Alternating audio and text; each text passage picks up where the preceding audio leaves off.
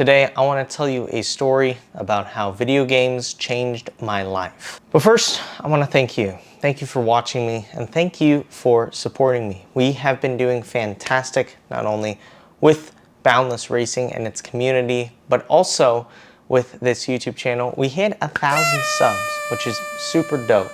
13-year-old me would be super happy, and all that cyberbullying for being a squeaker playing Forza Horizon 2 would be worth it. So because of this, I want to share a little story about myself, because in the world of social media, constant pressure, and just a lack of understanding that everyone has a different life, I want to tell my story, and hopefully it can relate to one person who may not fit in or may not know what to do with their life, or may just feel lonely in this big old world. With that said, this is my story, and I hope you enjoy. Ever since I was 8 years old, all I could think about was drifting. It was during this time that my dad introduced me to video games, specifically Xbox games, and he introduced me to Project Gotham Racing, which in short wasn't great. So I went to Best Buy and I bought a copy of Forza Motorsport 4. This is actually my exact copy of Forza Motorsport 4. Kind of crazy.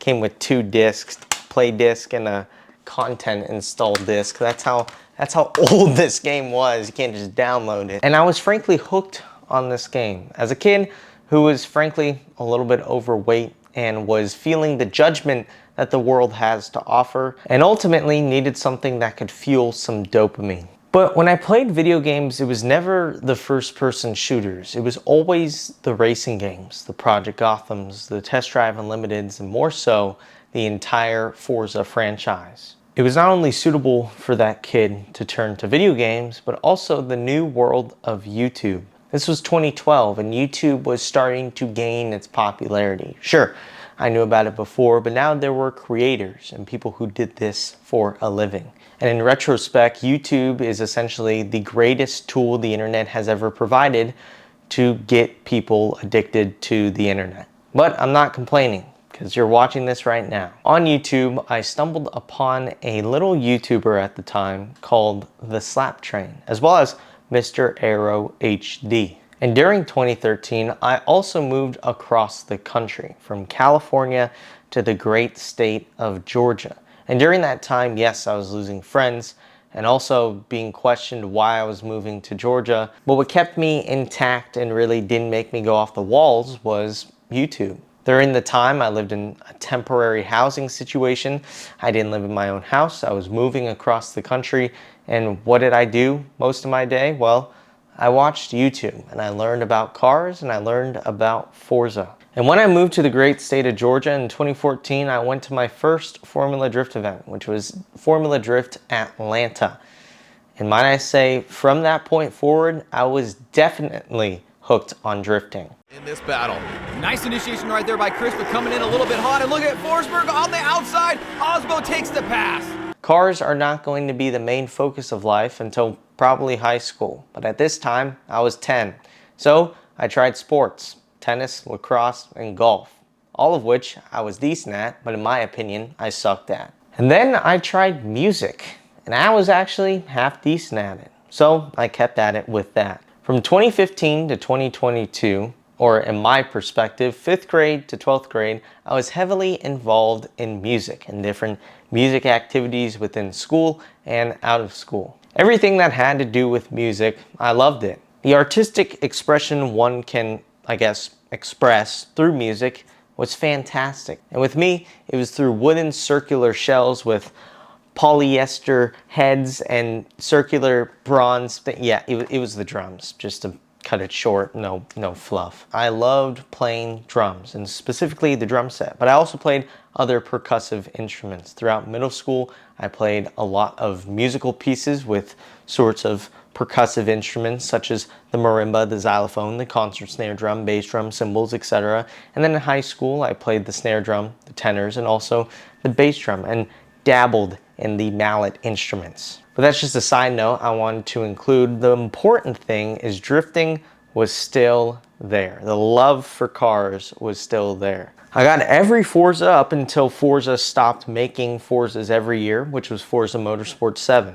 and I still drifted and also enjoyed racing. Now during this time, throughout middle school until about halfway through high school, the pressing judgment was still there, and I very rarely went out with my friends, and essentially did basically any social life on the weekends until high school. So the weekends comprised of me playing a lot of Forza and watching a lot of YouTube and imagining I was at the track driving an FD car up and down drift sections. And during this time, I kind of felt out of place because not a single person in my class, the team I was on, any group of people, etc., liked cars, except for my dad.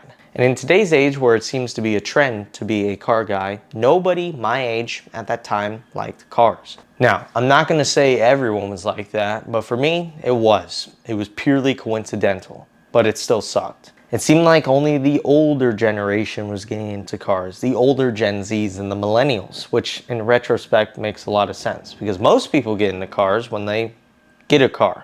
But for me, it was different because I was 9. I definitely did not have a car at the time.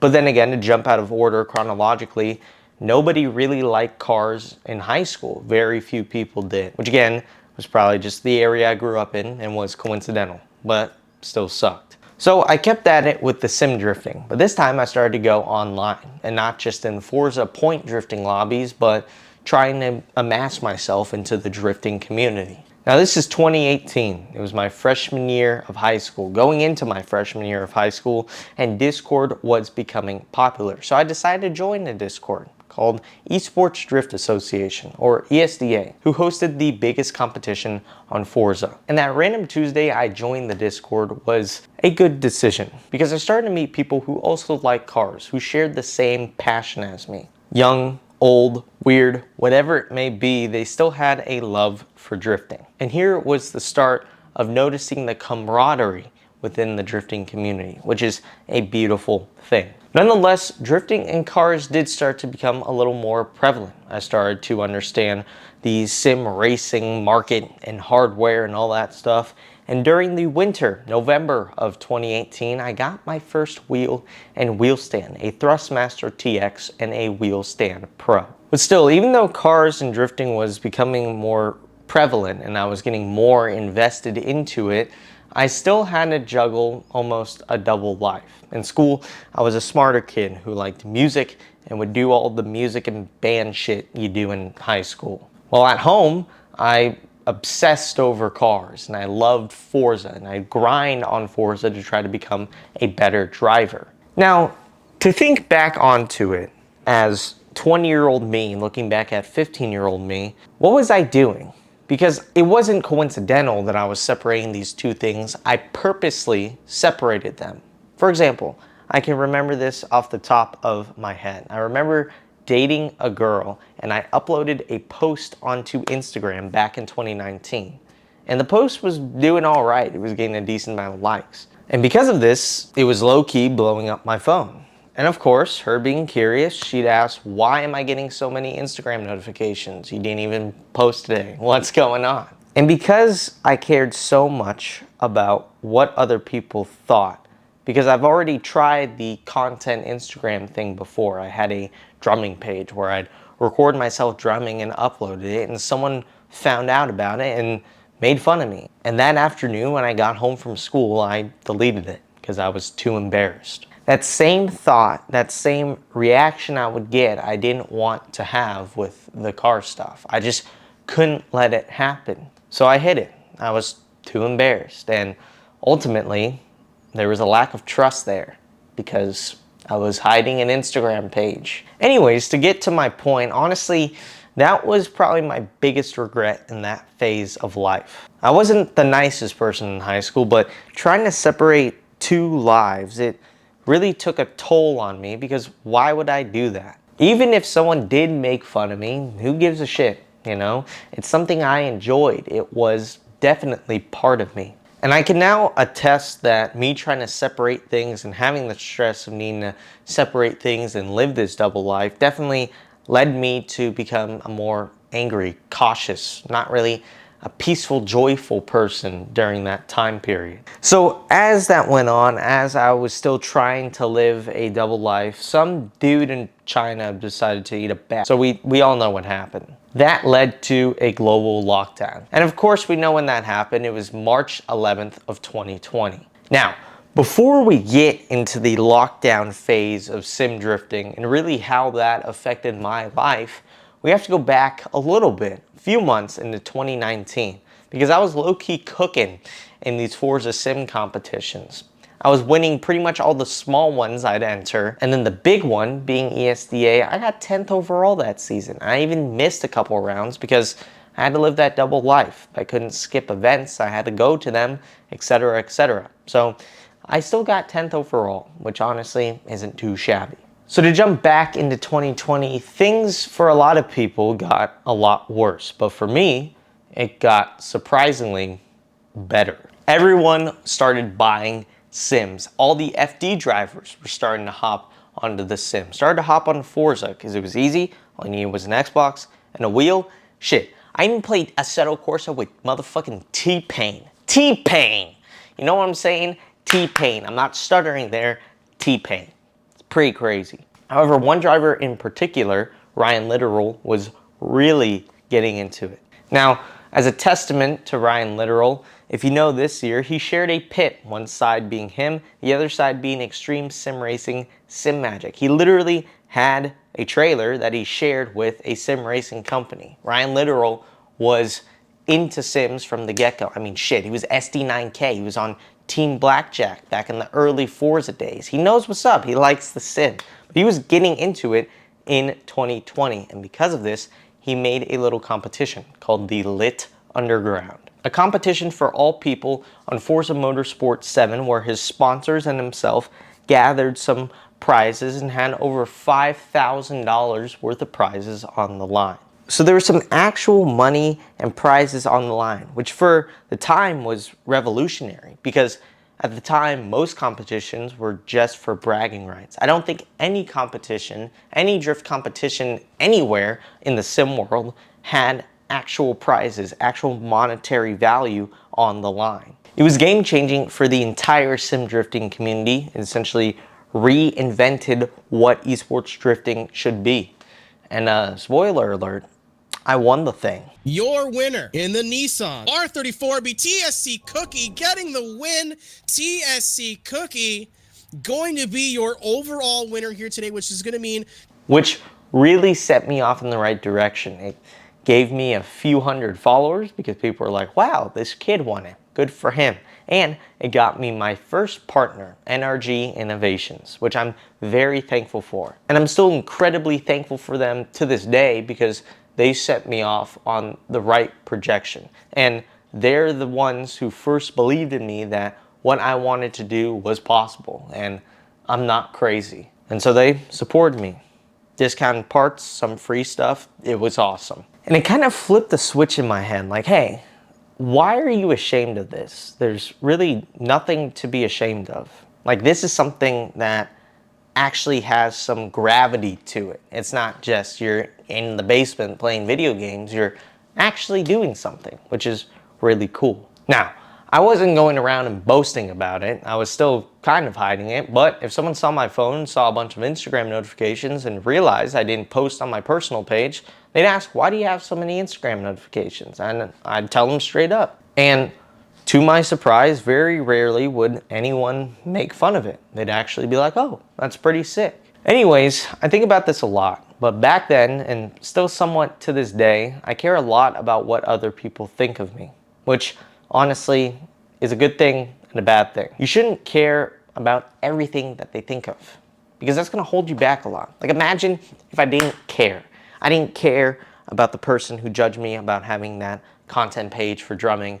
I didn't care about people making fun of me for having a sim drifting page. Imagine if that happened. Where would I be at today if I would have just done what I wanted to do back then? And you yourself should also think about that. Do you care a lot about what other people think? Now, you may think to yourself, well, yes, Brandon, I do. I care a lot because that's my reputation. Of course it's your reputation, but if you're not doing anything inherently terrible, like, I don't know, hate crimes, you honestly shouldn't care about what other people think. Do you. Do what you want to do. Because if you don't, well, you're never going to accomplish what you want to accomplish. You may be waiting for that perfect moment. Guess what? That doesn't exist. Anyways, once I got a little piece of confidence, it was really game over. I did the drifting stuff, but again, I was still doing the music stuff and at a very high level. I was attending all practices that were 3 to 12 hours long, and even got involved with different clubs and even got into leadership with different areas within the music field at my school. I was trying to go all in on it, but I still couldn't because of drifting. Again, I was balancing that double life. I eventually was able to get my VDC license, which, if you don't know what VDC is, Virtual Drift Championship. It's for a lack of a better explanation, the Formula Drift of the virtual world. And I got that through a series called Tsujigiri, and in 2022, it was my rookie season. However, once again, because I was balancing the double life, and it was appropriate because it was my senior year of school, I had to finish out strong through my senior year. I only attended 4 rounds out of 8 during my rookie season. So rookie of the year was off the table, couldn't really do much, but I did have a great time and learned a lot through the school things and the leadership things I was doing through school, and I honestly don't regret doing it. Now, once I graduated school in May of 2022, I started to move through the summer, I realized I needed to go all into something. College, unlike high school, is essentially just a job, but you study all day. You just study all day. That's your job. So I was going to college, and then I was starting to get into a relationship. Things were getting busy. So I realized I needed to go all in onto something, and I needed to commit to it. And I thought it was going to be music. Now, for some context, for certain activities and things you do within music, and especially in the collegiate music world, you are limited with age and time. There are certain age caps that certain groups put in order to funnel in more younger people. So I was starting to go all in on music. Shit, I even started to help teach at my high school that I went to because they needed someone to help teach. So I'm like, I'll do it. And I got paid for it, which is nice. But at the same time, I was also starting to do a lot of content because I realized car videos were exploding in 2022. And during that short period, I built thousands of followers, gained millions of views within that very short span of time. But back to the music thing, I started to grind out on it. I was trying out for a certain group, and lo and behold, long story short, I got cut. I was devastated. All this time, all this effort, I felt I wasted it. What I thought I was going to do during that winter of 2023 was obviously not going to happen. But I still had one last thing, and that of course was sim racing and sim drifting. Now of course college would be the main focus, but sim drifting was going to be my hobby that I was going to go all in on. And at the time, as I said before, the sim racing content was absolutely taking off. So it came down to the last week of October, an actual similar time period of when this video is going to be released. It was the week of SEMA, which is literally this week, which is kind of weird, where I messaged a man called Brandon, basically pitching to him that, hey, I'm an esports guy, got a big following, and I would love to represent an FD drivers program in VDC 2023. And for some reason, they said yes. Officially, I was a sim racer representing 3-time Formula Drift champion Chris Forsberg in Virtual Drift Championship, which was crazy. And from there, the rest was history. From that time, I finally decided, hey, I'm gonna go all in on the sim drifting and the drifting thing. I started to get into sim drifting, and I began to lean into my passion of business. You know, during that 2016 era of drop shipping, even in 2020, when I knew everyone was going to be inside and people were just going to buy a bunch of shit online, I wanted to get into drop shipping, but I couldn't because I wasn't of age to have a business license. So at that time, I started to lean more into business because I was going to school for accounting. And shit, man, let me tell you, an accounting job isn't going to help me get into drifting, and I really fucking hated accounting. So I felt, no. So I started a content marketing business and started to lean more into sim drifting. I was really learning to do what I love and lean into things that I actually wanted to do and spend time on, which was awesome. I've also been able to travel and work with different teams within Formula Drift and have had an absolute blast doing it. Reflecting on it after my last round of FD this year, which of course was the last round of the season, FD Irwindale, I'm thankful to everyone, Chris, Alex, Brandon, Matt, and also Kiko, for trusting me to be a small part of their program this year. I've even been given the opportunity and wanted to take the leap to lean more into the car side and develop a business. And I've been working on creating a vision and a company, which is Boundless Racing. And if you haven't already, you should definitely check it out. It's pretty cool. With 2024, it has been an amazing year with, of course, a lot of ups and downs and also changes. With this video, as it's kind of personal and just me sharing my story for 1,000 subs and just sharing it to the world, I am formally announcing my departure from Forsberg Racing as one of their esports drivers. This upcoming sim season, I will be running my own car